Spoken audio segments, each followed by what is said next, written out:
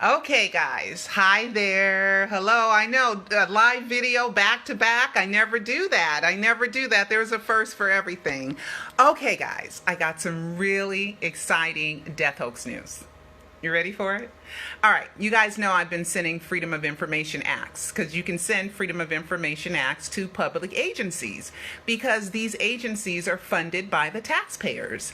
So when bring them on camera, bring who on camera? I'm reading a comment. I need to stop reading the comments so that I can let's go this way. I don't know which way is better. I don't know. But anyway, Freedom of Information Act. So we know about the coroner's caught in a lie, 2 lies. Okay, he lied on the autopsy about how he identified the body and how he named the body. And then Freedom of Information Act was served also to the Department of Motor Vehicles, who do not have a driver's license in the name of Michael Joseph Jackson and who did not receive the driver's license like the coroner said he sent it to them. So we caught the coroner in 2 lies, okay? So now I told you guys about another Freedom of Information Act that I sent to the district attorney. Now, first I sent in the Conrad Murray case because of the verdict stating alleged victim, Michael Joseph Jackson, alleged date of June 25th, 2009.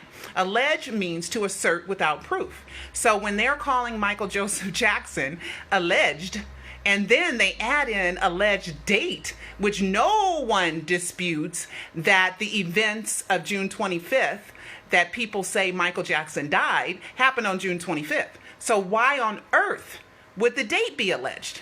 Okay, so I sent a Freedom of Information Act to David Walgren. He gave me the runaround and ping-ponged me to the Public Information Office. And they ping-ponged me to the district attorney's office, right?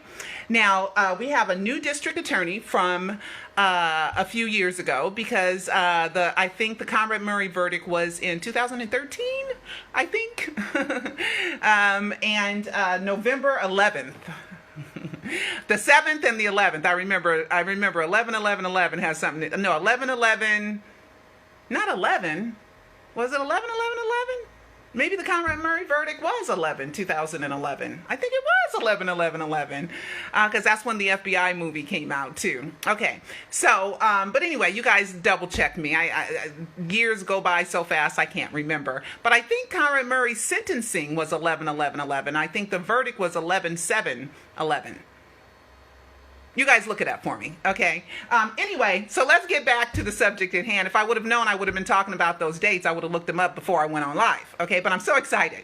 Okay, 2 days ago, I got a response. Now, when you serve someone with the Freedom of Information Act, they have 20 days to respond, okay? Now,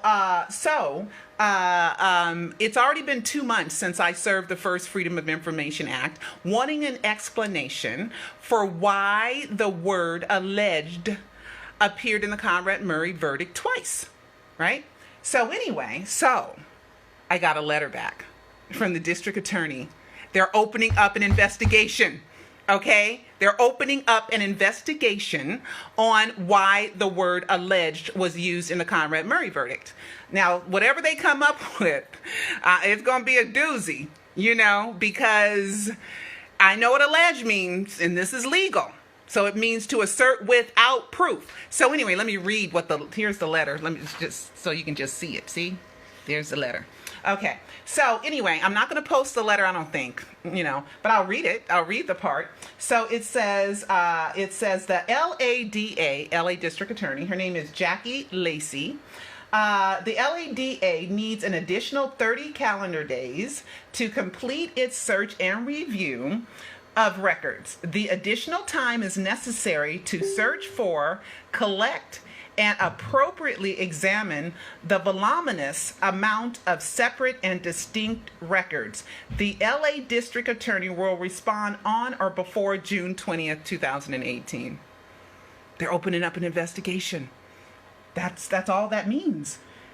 In search and review of voluminous amount of separate and distinct records, that means that somebody's on this case. Somebody's going to look up and find out why the word alleged, and it's already, alleged means to assert without proof. I mean, what else does it mean? That they did not identify that dead body positively to be Michael Joe Jackson. Okay? All the death records are in the wrong name because the coroner put them in the wrong name. And you guys know Macaulay Culkin, he had on his website just a month or so ago, how to fake your death. And number 4 was bribe the coroner. I'm sorry, it's on Macaulay Culkin. I'm just saying. Okay, on his bunnyears.com website, scroll down about a month ago, and I have the screenshot. So anyway, guys, this is super good news, okay? Finally going to get down to it. Now, of course, the media continues to ignore me. No matter what I do, they continue to ignore me. So when this does come out, or if it does come out, the public can't be really mad at Michael Jackson. I've been trying to tell them that Michael faked his death since 2011. Okay, 2010, really. And there's been stuff out beforehand, after that, not just me, Jonelle Starr, you know, and other people did videos and stuff like that about the death hoax. I am a licensed media company, though. Okay, so that's what kind of separates me from the others. And I'm sure that somebody else, you know, there was the casket, you know, on one of the National Enquirers, the casket was empty. There's been little droplets of Michael Jackson faked his death, or the casket was empty, or whatever. Okay, now I can't serve the Forest Lawn because they're a private entity. I can't serve them with the Freedom of Information Act, and you can't serve UCLA with a Freedom of Information Act because people's medical records are private. But there's no Michael Jackson that was registered at UCLA, admitted into UCLA on June 25th. The name was Soleil Sean, and the blood work was done under Trauma Gershwin.